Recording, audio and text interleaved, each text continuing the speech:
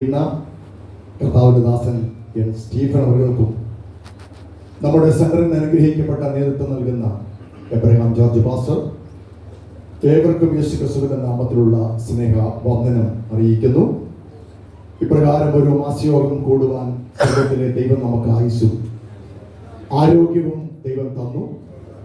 ഈ ആലയത്തിൽ ഇത്രയും സന്തോഷത്തോടെ കൂടി വരുവാൻ കർത്താവ് മുഖാന്തരം ഒരുക്കിയതിനായി ദൈവത്തെ സ്തുതിക്കുന്നു. ശക്തമായ കാലാവസ്ഥയുടെ പ്രയാസങ്ങൾ ഉണ്ടായിരുന്നു. ശക്തമായ മഴ ഇന്നലെയും ഉണ്ടായിരുന്നു. എന്നാൽ ഇന്ന് അനുഗ്രഹിക്കപ്പെട്ട ഈ നല്ല കാലാവസ്ഥ ദൈവത്തിന് നന്ദിയോടെ സ്തോത്രം ചെയ്യുന്നു. ഹല്ലേലൂയ, കർത്താവിനെ വാഴ്ത്തുകയാണ്. വേഗത്തിൽ എനിക്ക് ലഭിച്ച സമയത്തിനുള്ളിൽ ദൈവം തന്ന ഒരു ദൈവിക ചിന്ത നിങ്ങളുമായിട്ട് ഒന്നിച്ച് ചിന്തിച്ച് ദിവസിരിക്കുവാൻ കർത്താവിൽ ശരണപ്പെടുന്നു. 21-ാം സങ്കീർത്തനം അതിന്റെ 1-ാമത്തെ വാക്യം ഒരാൾക്ക് വായിക്കാം.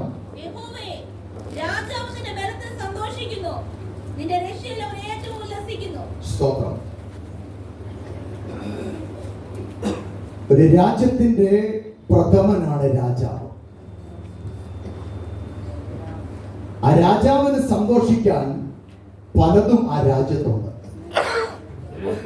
എന്നാൽ ഇവിടെ ദൈവത്തിന്റെ ഭക്തനായ ദാവീദ് പറയുന്നത്, ഇസ്രായേലിന്റെ രാജാവായ ഞാൻ സന്തോഷിക്കുന്നത്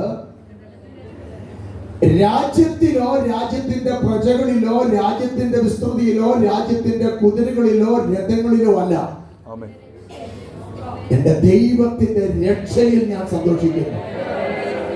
ഇന്ന് പകൽ ഞാൻ ദൈവാത്മാവിൽ ഞാൻ വിളിച്ചു പറയാം, നമുക്ക് എന്തെല്ലാം ഉണ്ടെങ്കിലും ദൈവം നമ്മെ രക്ഷിക്കുന്നില്ലെങ്കിൽ നമുക്ക് രക്ഷയില്ല. ഇന്നത്തെ ഈ മാസയോഗത്തിൽ നമ്മൾ സംബന്ധിക്കുന്നത് യഹോവയുടെ രക്ഷകനെ തീർന്നുകൊണ്ടാണ്.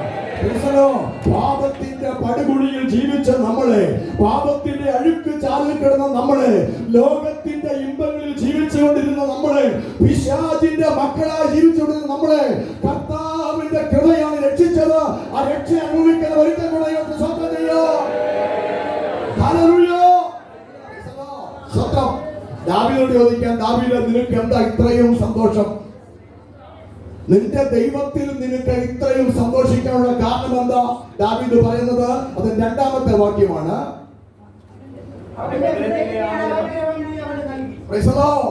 അവന്റെ ഹൃദയത്തിലെ, രാജാവിന്റെ ഹൃദയത്തിലെ ആഗ്രഹം നീ അവന് നൽകി. ഹല്ലേലൂയ. ഒരു രാജാവ് എത്ര ഉത്തരവാദിത്തമുള്ള വ്യക്തിയാണ്. സ്തോത്രം, ആമേൻ. ആ രാജാവിന്റെ ഹൃദയത്തിൽ എത്ര ആഗ്രഹം ഉണ്ടാകും. അങ്ങനെയെങ്കിൽ ഒരു കുടുംബം പരമേൽപ്പിച്ച ഒരു കുടുംബനാഥന്, ഒരു മാതാവിന്, പിതാവിന് എത്രമാത്രം ആഗ്രഹം ഉണ്ടാകും ആ കുടുംബത്തെ കുറിച്ച്. നമ്മുടെ സെൻട്രൽ പാസ്റ്റർക്ക് നമ്മുടെ സെന്ററിനെ കുറിച്ച് എത്രമാത്രം ആഗ്രഹം ഉണ്ടാകും. ഒരു സഭയുടെ ശുശ്രൂഷകന് ആ സഭയെ കുറിച്ച് എത്രമാത്രം ആഗ്രഹം ഉണ്ടാകും. പക്ഷേ ആഗ്രഹമുണ്ട്, പക്ഷേ പലതും സാധിക്കാറുണ്ട്. ഇന്നിവിടെ ഇരിക്കുന്നവർക്കും ഒത്തിരി ആഗ്രഹങ്ങളുണ്ട്, ഒത്തിരി സ്വപ്നങ്ങളുണ്ട്, വാഗ്ദത്തങ്ങളുണ്ട്. പക്ഷെ നടക്കുന്നില്ലെങ്കിൽ ഭാരപ്പെടരുത്.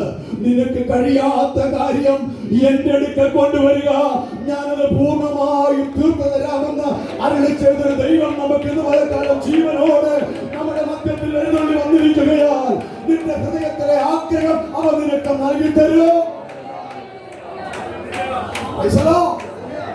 സ്തോത്രം.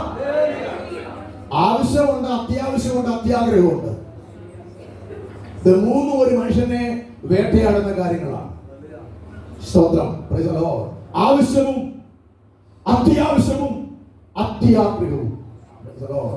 ഇന്ന് കർത്താവ് ആവശ്യമല്ല അത്യാവശ്യമാണെന്ന്, അത്യാവശ്യമാണെന്ന് ഈ മാസം തീരുന്നതിന് മുൻപ്, ഈ ദിവസം അവസാനിക്കുന്നതിന് മുൻപ്, ഈ മാസയോഗം തീരുന്നതിന് മുൻപ് എന്റെ ജീവിതത്തിൽ നടക്കേണ്ട ചില ആഗ്രഹങ്ങളുണ്ട്. അത് സ്വർഗത്തിലെ ദൈവം സാധിപ്പിക്കുമെന്ന് ഇതുവരെ കാലം വിശ്വസിച്ചാൽ വിശ്വസിക്കുന്നവരുടെ മേൽ വ്യാപരിക്കുന്ന ദൈവശക്തി ഈ ആലയത്തിൽ വരെ കാലം വ്യാപരിക്കുന്നുണ്ട്. ഹല്ലേലൂയ. ആഗ്രഹമില്ലാത്തവരെല്ലാം ചത്തവരാണ്. ഇവിടെ ഇരിക്കുന്ന ഓരോരുത്തർക്കും ആഗ്രഹങ്ങളുണ്ട്. പെൻഡിങ് കിടക്കുന്ന ആഗ്രഹം, നടക്കാതെ പോയ ആഗ്രഹങ്ങൾ, നടക്കാതെ പോയ ആഗ്രഹങ്ങളെല്ലാം എഴുതി തള്ളുന്നവരാണ് കൂടുതൽ പേരും. ഇന്ന് പകൽക്കാലം ദൈവദിനത്തോടും ദൈവ നടക്കാതെ പോയ ഒരാഗ്രഹം നീ ദൈവസന്നിധിയിൽ വെച്ച് പ്രാർത്ഥിച്ചിട്ടുണ്ടെങ്കിൽ അതിനെ കാര്യം സാധ്യമാക്കുന്ന നിന്റെ കൈയത് സാധ്യമാക്കി തരുന്ന ഒരു ദൈവം ഇന്ന് വരെക്കാലം ജീവനോടെ നമ്മുടെ മധ്യത്തിലുണ്ട്. അത് വിശ്വസിക്കുന്നവർ ദൈവത്തിന് സ്വന്തം ചെയ്യോ. കിട്ടിയില്ലെന്ന് വിചാരിച്ച് ആഗ്രഹം വലിച്ചെറിയരുത്. പ്രാർത്ഥിച്ചു, ദൈവദാസനോട് പറഞ്ഞു, ദൈവത്തോട് പറഞ്ഞു, സഭായോഗത്തിന് സാക്ഷ്യം പറഞ്ഞു, മാസയോഗത്തിന് സാക്ഷ്യം പറഞ്ഞു, വലിയ കൺവെൻഷൻ സ്റ്റേജുകൾ സാക്ഷ്യം പറഞ്ഞു. പക്ഷെ കിട്ടിയില്ല. ആഗ്രഹം എന്ത് ചെയ്യരുത്? വലിച്ചെറിയരുത്. ഇന്ന് പകൽക്കാലത്തെ സങ്കീർത്തന പ്രബോധനത്തിൽ ദൈവത്തിന്റെ ആത്മാവ് പറയുന്നു, നിന്റെ ഹൃദയത്തിലെ ആഗ്രഹം നീ ദൈവത്തിന് കൈമാറിയിട്ടുണ്ടെങ്കിൽ, ലോകത്തിലെ മനുഷ്യനാ കൈമലർത്തിയത്, ലോകത്തിലെ മനുഷ്യനാ നോ പറഞ്ഞത്, നീ ലോകത്തിലെ വാതിലിൽ മുട്ടിയിട്ടുണ്ടെങ്കിൽ അതാ പൊട്ടിയടയപ്പെട്ടത്. എന്നാൽ സ്വർഗം പറയുക, ആഗ്രഹം ഞാൻ സാധിപ്പിച്ചു തരും. 78-ാം സങ്കീർത്തനം 29-ാം വാക്യം വായിച്ച ഇസ്രായേൽ മക്കളുടെ ആഗ്രഹം ദൈവം സാധിപ്പിച്ചവിടെ വായിക്കുന്നുണ്ട്. 78-ാം സങ്കീർത്തനം 29-ാം വാക്യം.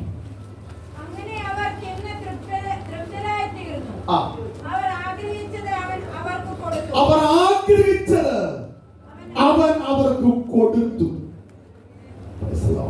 ഇസ്രായേൽ ജനത്തിന്റെ ആഗ്രഹം അസാധ്യമായിരുന്നു.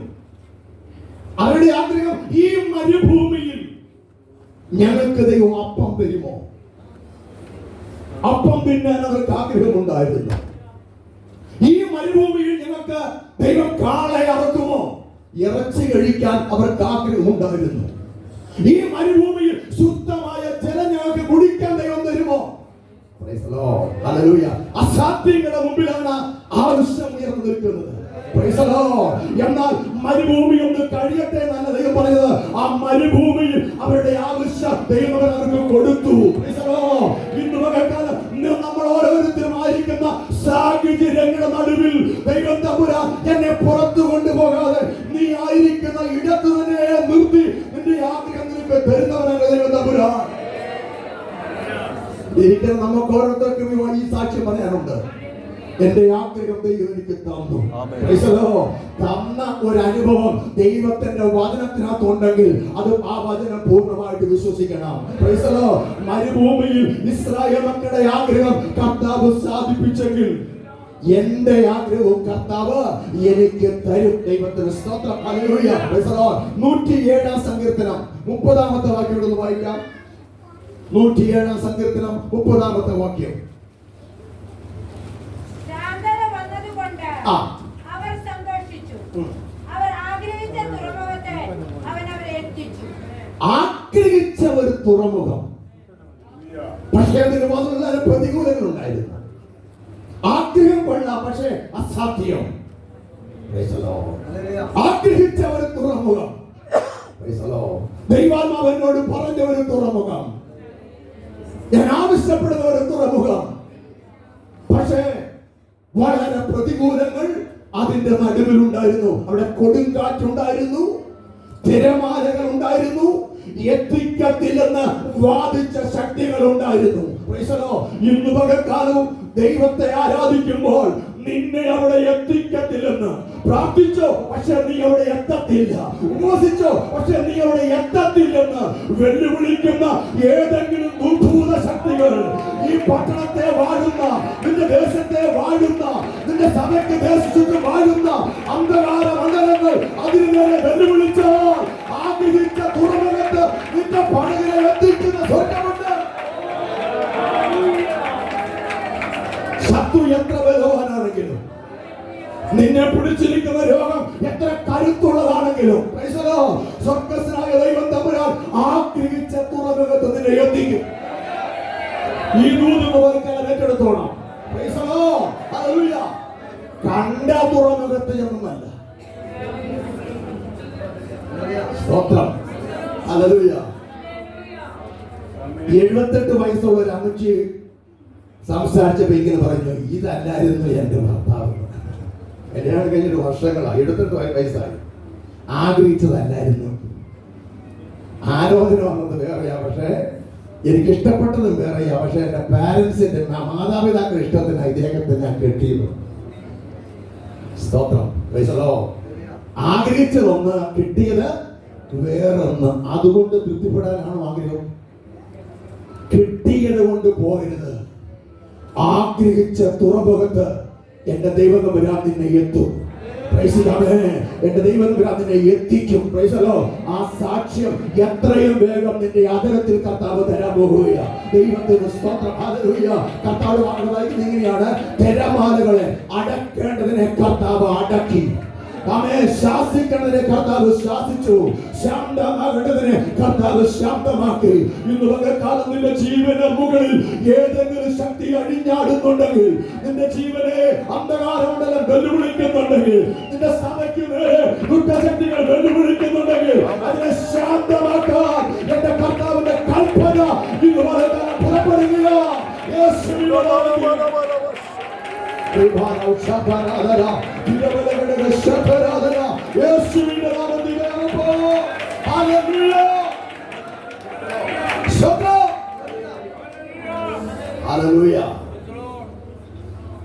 ന്യായാധിപന്മാരുടെ പുസ്തകം 6-ാം അധ്യായം 1-ാം വാക്യത്തിൽ ഇപ്രകാരം വായിക്കുന്നുണ്ട്: യെരിഹോ കോട്ട അടച്ച് ബന്ദോബസ്താക്കി.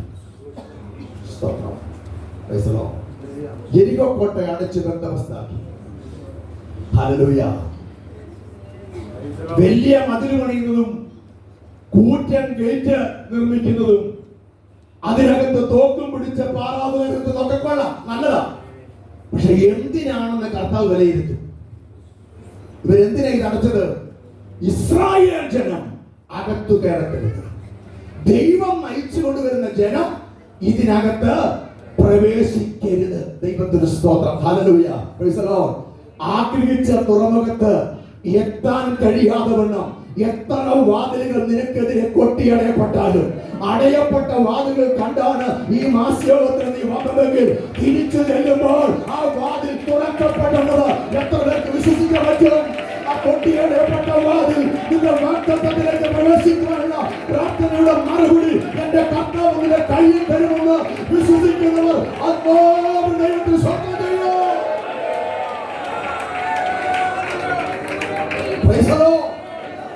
രാജാവ് പറയുക, എനിക്ക് സന്തോഷിക്കാനുള്ളത് എന്റെ ഹൃദയത്തിലെ ആഗ്രഹം. ദൈവമക്കളെ, നമ്മുടെ ഹൃദയത്തിലെ ആഗ്രഹം നിറവേറിയാൽ 10 കോടി ലോട്ടറി അടിച്ചവർ മാറി നിൽക്കും. എന്റെ ഹൃദയത്തിലെ ആഗ്രഹം നിറവേറിയാൽ ഞാൻ ആരാ? ഇന്ന് വരെക്കാലം നിന്റെ ഹൃദയത്തിലെ ആഗ്രഹം നിറവേറിയാൽ നിന്റെ മുഖഭാവം തന്നെ മാറും, നിന്റെ സ്ഥിതി മാറും, നിന്റെ ഭാവം മാറും, നിന്റെ ആരാധന മാറും, നിന്റെ ജീവിതം മാറും. അത് വിശ്വസിക്കുന്നവർ എനിക്ക് ലഭിച്ച സമയോടെ പ്രസാദിച്ചിരിക്കുന്നു. അവർ പ്രകാരം അവസരം ഒരുക്കിയ ബഹുമാന്യ കർത്തൃദാസന്മാർക്ക് പ്രത്യേക നന്ദി. ദൈവം നമ്മെ ധാരാളമായി അനുഗ്രഹിക്കുമാറാകട്ടെ.